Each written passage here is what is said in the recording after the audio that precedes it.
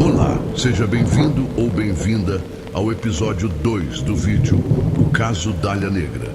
Se você ainda não viu o episódio 1, vou deixar o link na descrição e no comentário fixado desse vídeo. Agora, vamos continuar. A polícia também procurou Dorothy, uma amiga próxima de Elizabeth, para tentar reconstruir seus últimos passos antes do crime. Dorothy conseguiu fornecer informações valiosas sobre os dias anteriores ao assassinato. Naquele período, Elizabeth estava envolvida com um homem com quem costumava sair com frequência. Eles jantavam juntos e, em algumas ocasiões, ela chegava a ir até a casa dele. Ele era conhecido pelo apelido de Red. Dorothy contou que pouco antes do corpo ser encontrado, viu Elizabeth saindo de casa e entrando no carro de Red, que estava estacionado em frente à sua residência. Depois disso, os dois partiram para uma viagem e Dorothy nunca mais teve notícias da amiga.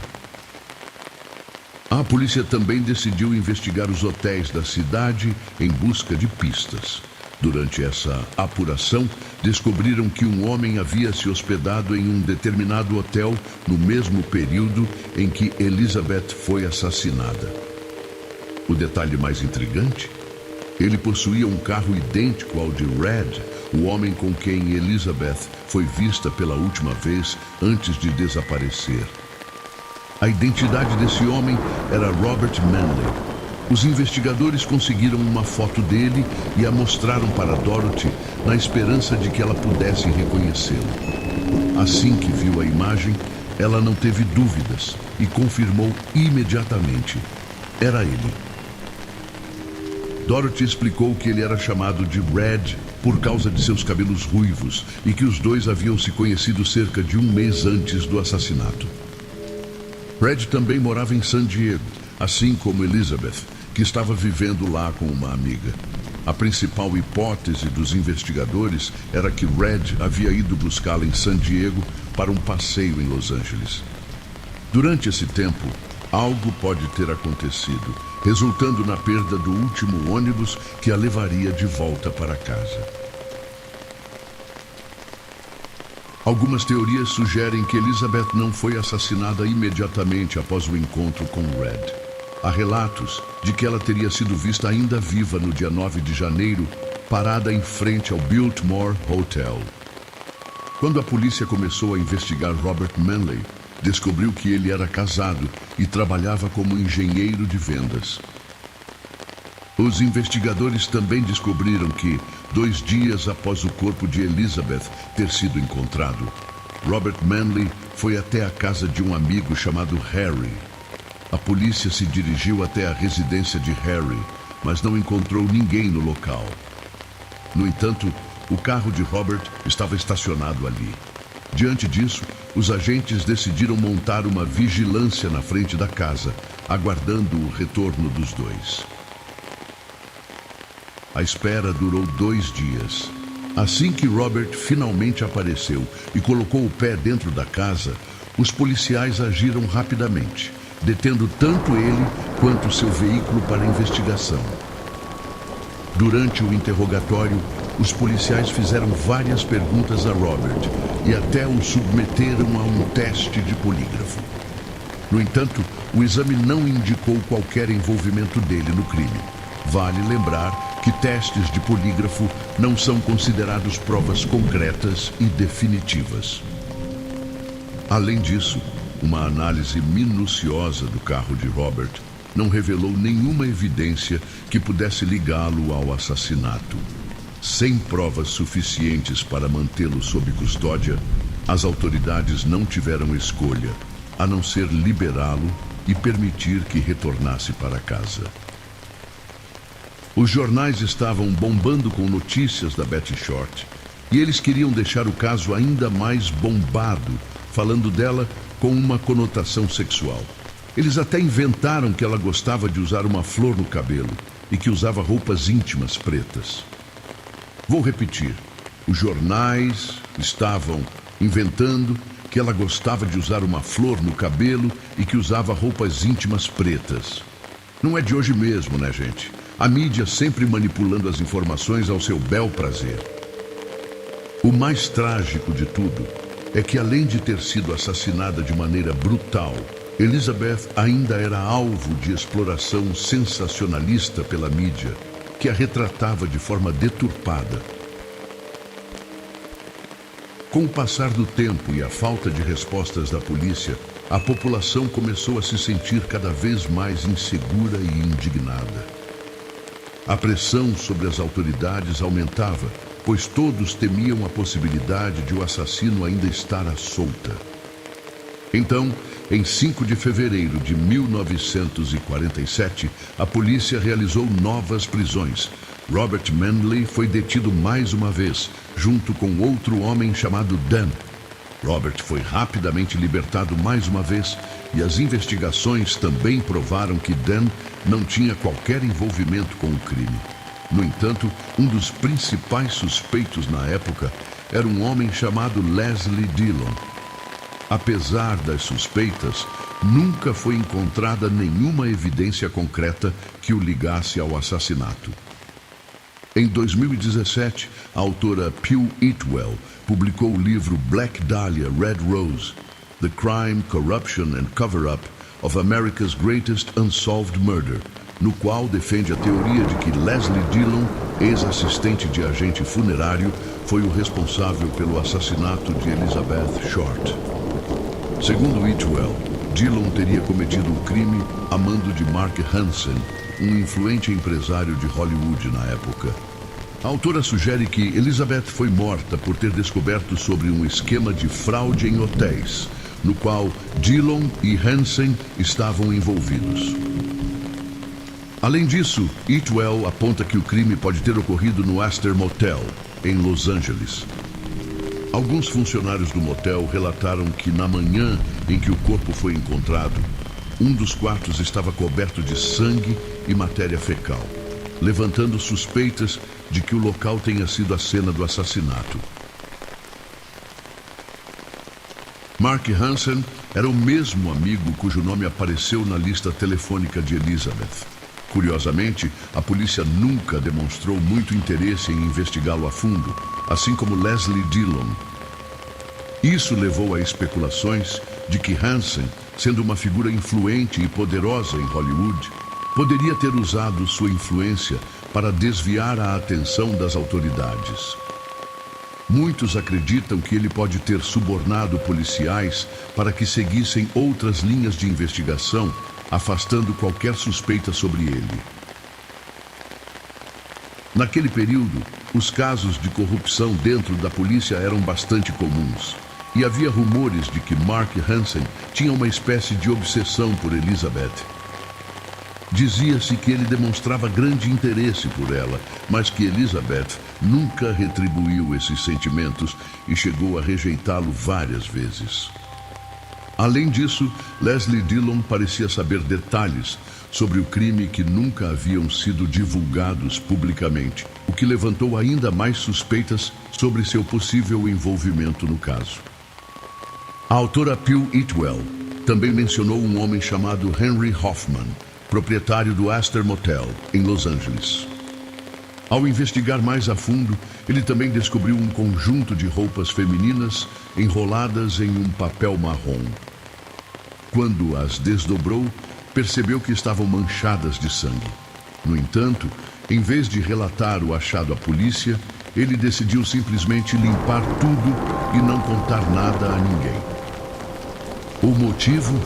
Hoffman já tinha acusações anteriores de violência doméstica contra sua esposa e temia que, se chamasse as autoridades, poderia acabar levantando suspeitas sobre si mesmo e sendo preso. Assim, como desejava evitar complicações com as autoridades, ele removeu quaisquer vestígios, simulou desconhecimento do ocorrido, virou as costas e se retirou. Inúmeras pessoas atualmente creem que aquele local foi o cenário do assassinato de Elizabeth. Ademais, existem relatos de testemunhas que afirmam ter avistado uma mulher com características semelhantes às dela transitando nas proximidades. Posteriormente, as autoridades policiais identificaram outro indivíduo suspeito, considerado um dos principais até o presente momento. Tratava-se de um médico ginecologista de Hollywood, de nome George Hodel. O filho de George, que se dedicou a estudar o caso minuciosamente, acreditando quase que cegamente que seu genitor era o autor do crime da Dália Negra. Alguns amigos de Elizabeth confirmaram que ela e George mantiveram um relacionamento amoroso, embora de forma discreta. Ao investigarem o histórico de George, as autoridades constataram que ele possuía um passado problemático, tendo sido acusado de abusar da própria filha de 14 anos, que teria engravidado em decorrência do abuso. O possível bebê foi então encaminhado para a adoção. Naquele período, George se tornou alvo de grande suspeita por parte da polícia, que passou a monitorar suas comunicações telefônicas. Em um momento surpreendente, no dia 18 de fevereiro de 1950, por volta das 20 horas e 20 minutos, ao escutar uma das ligações interceptadas, os policiais captaram o grito de uma mulher. Imediatamente dirigiram-se ao local, porém não encontraram indícios de irregularidades. Logo após a saída da polícia, ao retomarem a escuta telefônica, ouviram novamente George ordenar a alguém que calasse a mulher com um cobertor. Adicionalmente, registraram a seguinte declaração dele: supondo que eu tenha assassinado a Dália Negra, eles teriam que comprovar. Atualmente, não podem mais interrogar minha secretária, pois ela está morta. Agora reflita sobre o seguinte: naquela mesma época, a secretária dele havia realmente falecido, supostamente em decorrência de uma overdose. Compreendem? As autoridades policiais acreditam que George a assassinou, bem como a secretária, com o intuito de impedir que ela revelasse informações que detinha.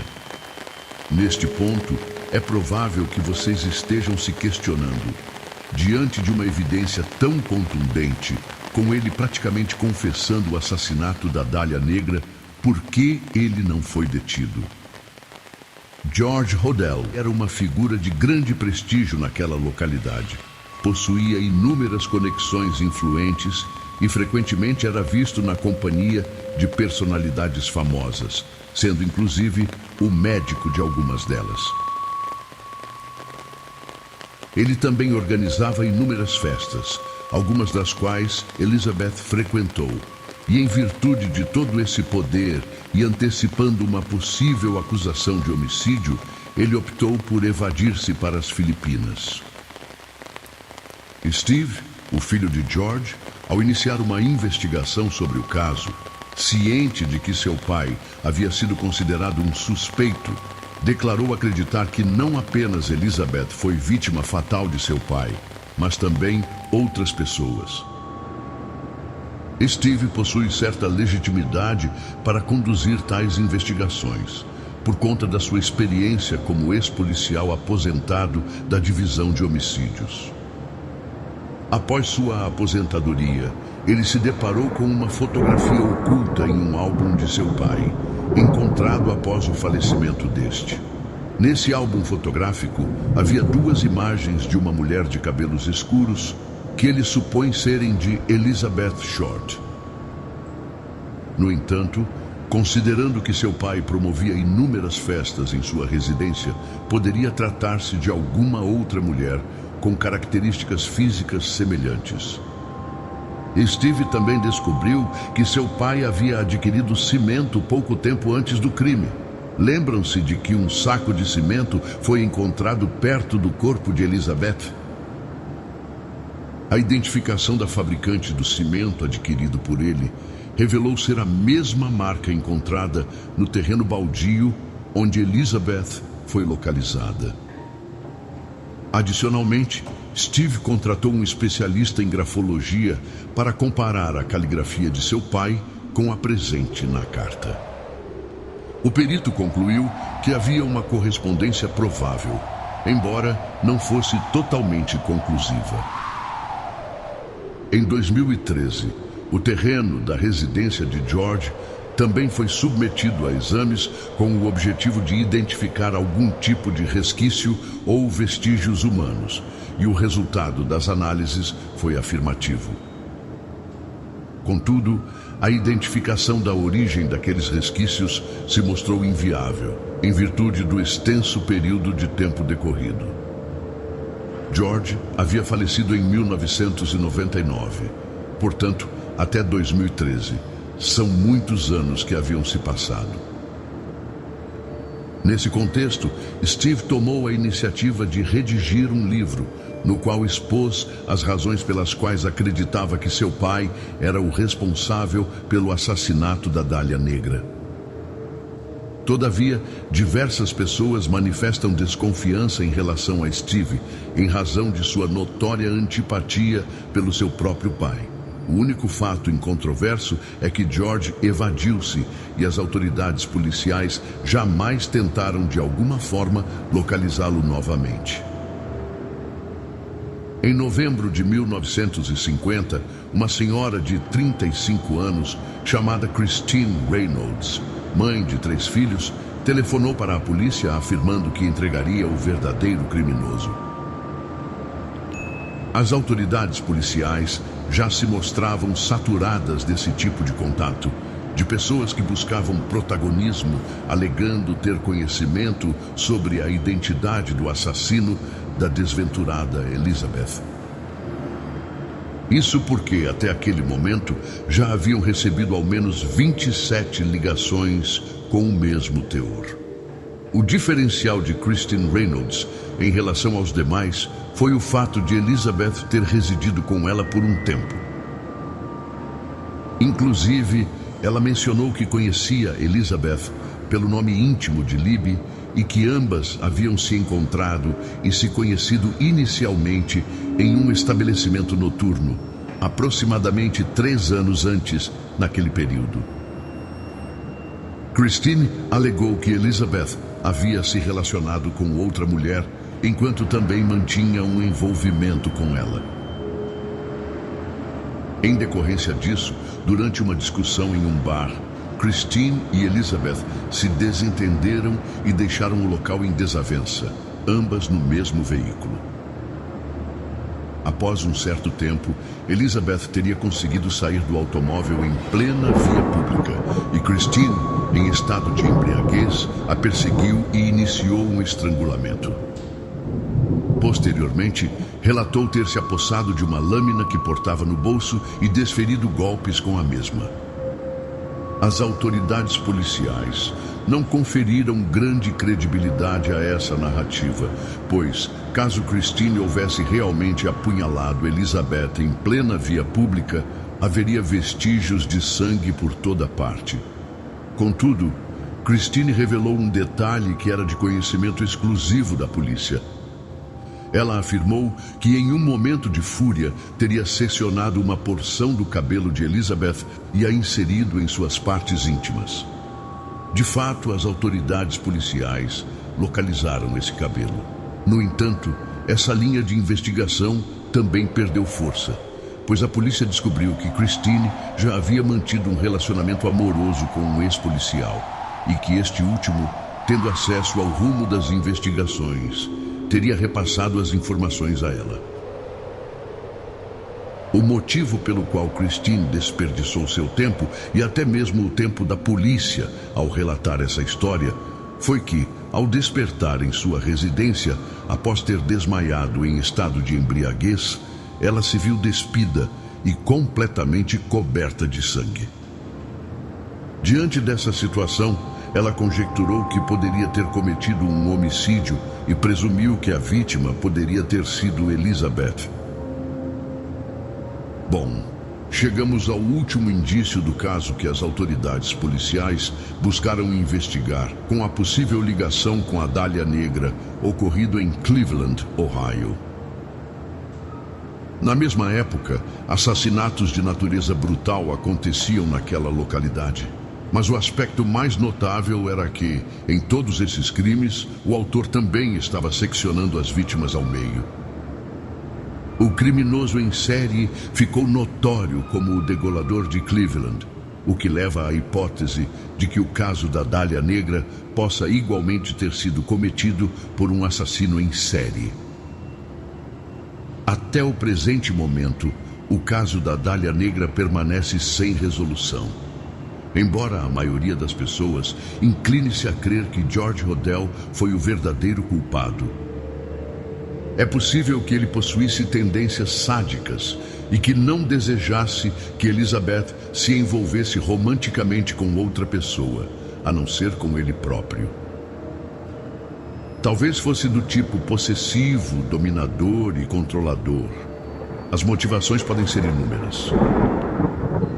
Retornando a Steve, o filho de George Hodel, que indicava o pai como o criminoso, inicialmente as pessoas depositavam grande confiança nele. Contudo, essa credibilidade começou a declinar quando Steve passou a alegar que acreditava que seu pai também era o serial killer do Zodíaco. Nesse momento, começou a transparecer que ele estaria meramente tentando incriminar o pai por algo motivado por antipatia pessoal. Mesmo assim, abstraindo-se dessa derradeira alegação proferida por Steve contra seu pai acerca do Zodíaco, considero que subsistem mais indícios que incriminam George, em virtude de sua profissão de médico. Sua formação o capacitaria a realizar uma incisão precisa e possivelmente deter o conhecimento técnico para drenar o sangue e apresentar o corpo na condição em que foi encontrado, o de Elizabeth Short. George Hodel era especializado em ginecologia e obstetrícia pela Universidade da Califórnia, Berkeley. Em suma, não apenas esse aspecto direciona as suspeitas a George, mas também a constatação da presença de vestígios humanos em sua residência. É possível que ele tenha vitimado um número ainda maior de pessoas, e devido à sua notoriedade, a suspeita em relação a Hodel não se tornou de conhecimento público senão décadas mais tarde. É lamentável refletir que Elizabeth possuía todas as qualidades para se tornar uma atriz de renome. Inúmeras pessoas recorrem ao humor macabro para comentar que, ao menos, ela alcançou a fama. A manipulação da informação pela mídia é notória, como mencionei anteriormente. O aspecto sombrio da natureza humana também desempenha um papel significativo e de grande peso. Na minha opinião, ninguém quer ser lembrado de uma forma tão horrível o quanto ela é lembrada. Isso me fez lembrar do caso Elisa Samúdio em 2010, aqui no Brasil, talvez por conta da violência e da repercussão que este caso também tomou. Resumidamente, todos esses relatos são profundamente tristes. Eles demonstram o quão sórdido e frio que o ser humano pode ser.